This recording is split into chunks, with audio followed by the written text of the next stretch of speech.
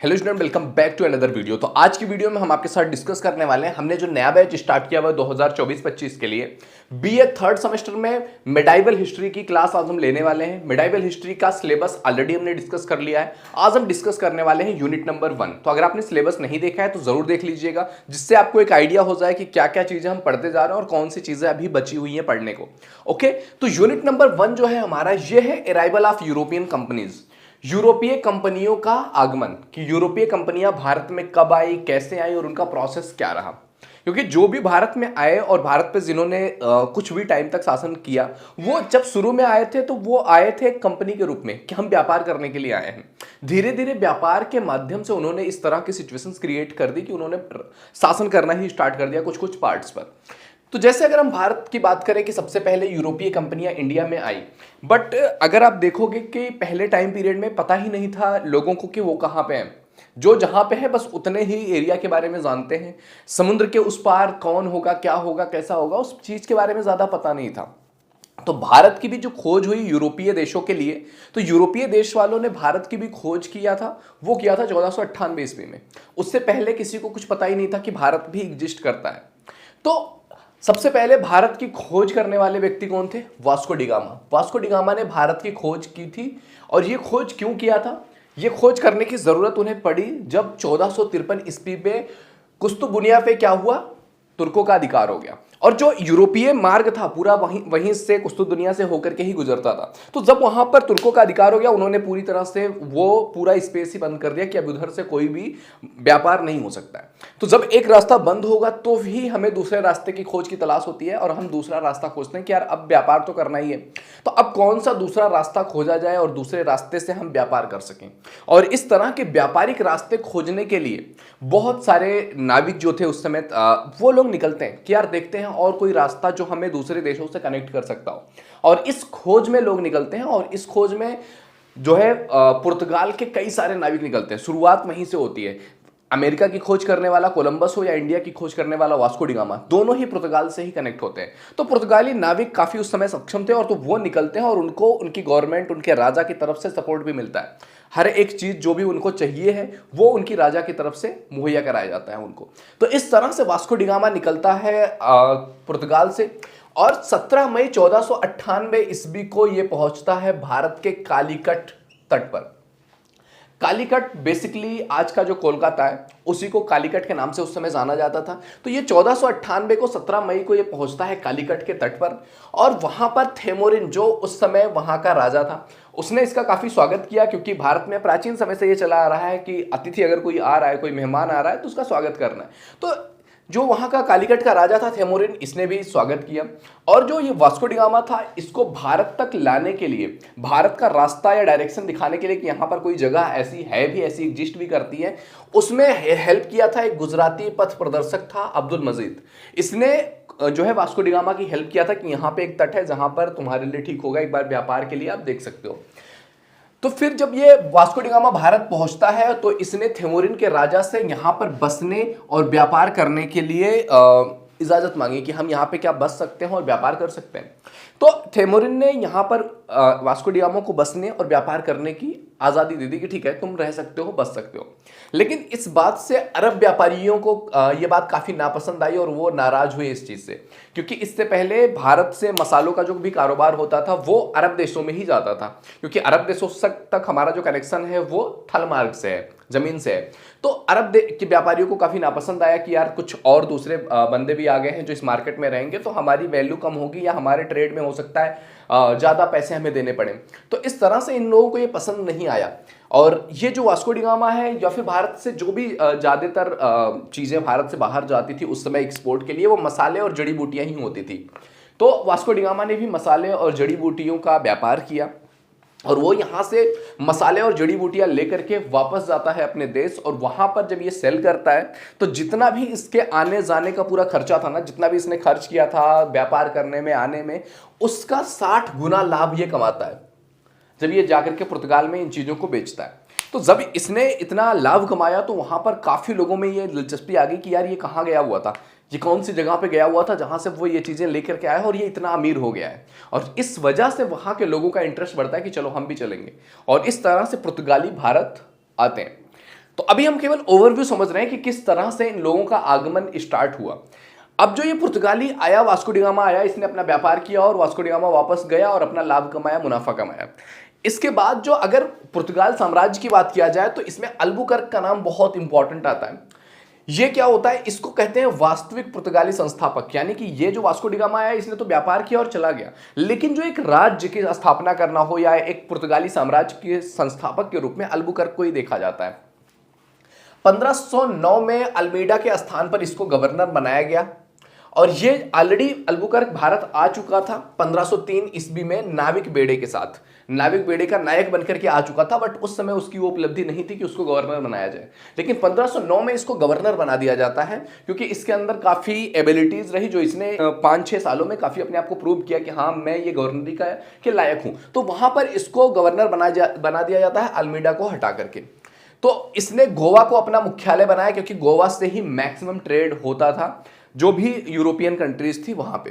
तो गोवा को इसने मुख्यालय बनाया और उस समय वहां पर सुल्तान था बीजापुर का सुल्तान। इसने बीजापुर के सुल्तान को भी हराया। बीजापुर के सुल्तान को 1510 ईस्वी में इसने हराया और वहां पर कब्जा कर लिया। और इसने जनसंख्या बढ़ाने के लिए भी अपने जो नाविक थे या अपने जो सहकर्मी थे उन सभी को ये प्रोत्साहित किया कि वो भारतीय स्त्रियों के साथ विवाह करें और उनसे बच्चे पैदा करें, जिससे हमारी जनसंख्या बढ़ सके और हम एक साम्राज्य को और ज्यादा एक्सपेंड कर सके। इसने मलक्का और उमुर्स यानी कि जो फारस की खाड़ी है वहां पर भी अपना पूरा अधिकार कर लिया और इस तरह से इसने जो है एक पुर्तगाली साम्राज्य की नींव रख दी, क्योंकि इसने बीजापुर के सुल्तान को भी हरा दिया, ये सारी जगहों पर भी इसने अधिकार कर लिया, मलक्का उमुर्स। तो एक कहीं ना कहीं एक राज्य की स्थापना करते हुए जा रहा था कि एक साम्राज्य की स्थापना हो रही है। और ये करते हुए 1515 के दिसंबर में इसकी मृत्यु हो जाती है। तो इस तरह से पुर्तगाली साम्राज्य भारत में आता है और भारत में स्थापित होता है। अब इसके बारे में डिटेल हम समझेंगे नेक्स्ट वीडियो में। अभी हम केवल ओवरव्यू दे रहे हैं कि पुर्तगाल जो भी यूरोपियन कंट्रीज के लोग आए व्यापार करने के लिए, उन्होंने किस तरह से इस्टेब्लिशमेंट किया। अब बात करते हैं ईस्ट इंडिया कंपनी की। East India company, I hope आप सभी को पता होगा, ये वही लोग हैं जिन्होंने हमारे भारत देश पर 200 सालों तक राज किया था और हमें गुलाम तक बना लिया था। तो ईस्ट इंडिया कंपनी जो है इसकी स्थापना होती है 31 दिसंबर 1600 ईस्वी में। 31 दिसंबर 1600 ईस्वी में ब्रिटेन में इसकी स्थापना होती है। ये भी नॉर्मल जैसे आपके यहाँ कंपनियां खुलती हैं ऐसे वहाँ भी एक कंपनी खुली, ईस्ट इंडिया कंपनी। और इसने जो है स्थापना हुई इसकी 1600 ईस्वी में 31 दिसंबर को। शुरू में वहाँ से फिर अलग अलग जगहों पर व्यापार करने के लिए, कंपनी को बढ़ावा देने के लिए व्यापार करने के अलग अलग व्यापारिक यात्राएं की गई। व्यापारिक यात्राएं की गई जिससे काफ़ी लाभ हुआ और उसी से उन लोगों का पूरा आय, पूरा सिस्टम एक कंपनी का चल रहा था। प्रारंभ में इन्होंने जावा, सुमत्रा, मलक्का इन जगहों की यात्राएं की और काफी लाभ भी कमाया। 1609 में यहां पर पहली बार भारत में आते हैं ये कैप्टन हॉकिंस पहली बार भारत में आता है और ये आता है मुगल सम्राट जहांगीर के दरबार में, क्योंकि उस समय भारत में जो एक पावरफुल शासन के रूप में था वो मुगलों का शासन था। तो यह आता है जहांगीर के दरबार में और जहांगीर से ये वहां पे व्यापार करने की इजाज़त मांगता है कि हमें व्यापार करना है सूरत में, तो व्यापार करने की इजाज़त मिल जाए तो ठीक रहेगा। तो फिर ये व्यापार के लिए जब इजाज़त मांगता है और ये जब आता है, ये काफ़ी होशियार रहता है, इसने 4-5 साल अपने आप पे वर्क भी किया होता है। यह आता है, यह आ करके जहांगीर से फारसी में बात करता है, जो कि उसको काफ़ी अच्छा लगता है कि हाँ यार ये तो कुछ इंटेलेक्ट बंदा लग रहा है। तो वहां पर ये जाकर के जब बातचीत करता है तो ये मना लेता है मुगल सम्राट जहांगीर को और इसको सूरत में व्यापार करने के लिए एक कोठी भी मिल जाती है। सूरत में एक व्यापारी कोठी मिल जाती है। अब जब ये व्यापार करने के लिए आते हैं तो व्यापार जब करने जाएंगे तो ऑलरेडी क्योंकि पुर्तगाली आ चुके हैं, उनका अपना साम्राज्य चल रहा है, चीजें चल रही है, व्यापार वो कर रहे हैं अपना, तो ये नहीं चाहेंगे कि कोई और पर्सन आकर के इस तरह की व्यापार में एंट्री ले।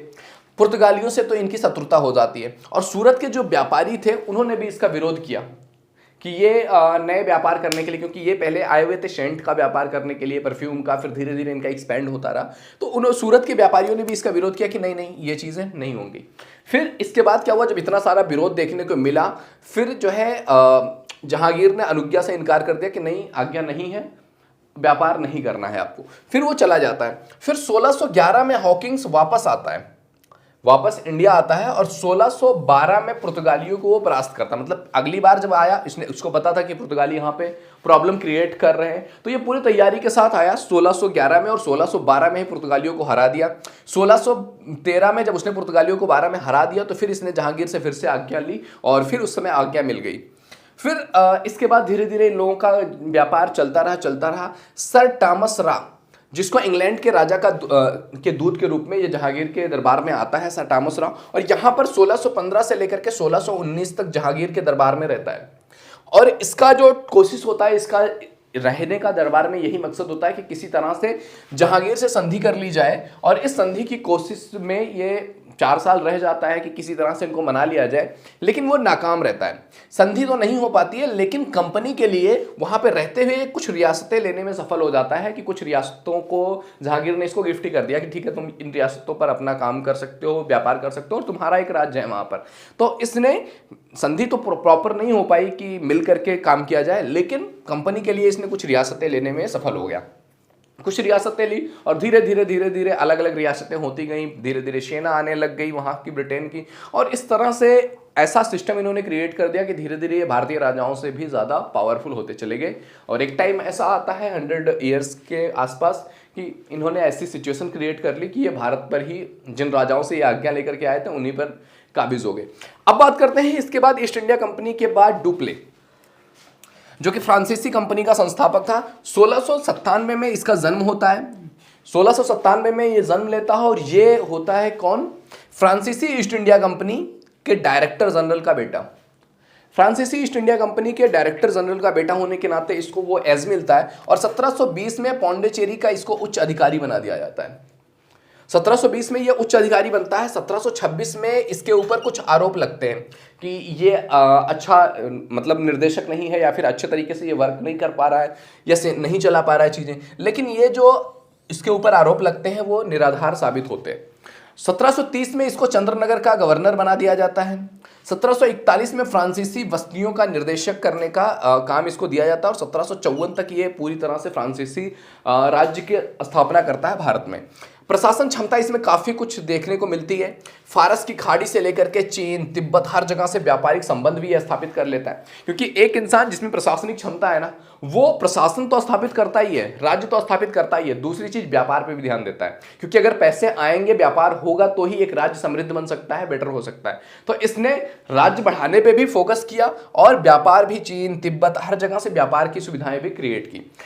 ये यूरोपीय सेना को भारत में लेकर के आता है, मतलब अपनी यहां से फ्रांस से सेनाएं भारत में लेकर के आता है, भारतीय राज दरबार में रखता है और भारतीय खर्चे पर रखता है। मतलब देख रहे हो, ये अपनी सेना भी बुला रहा है, राज दरबार में रख भी रहा है, भारतीय राज दरबार में, भारतीय राज दरबार के खर्चे पे रख रहा है, कुछ अपना नहीं लगना है।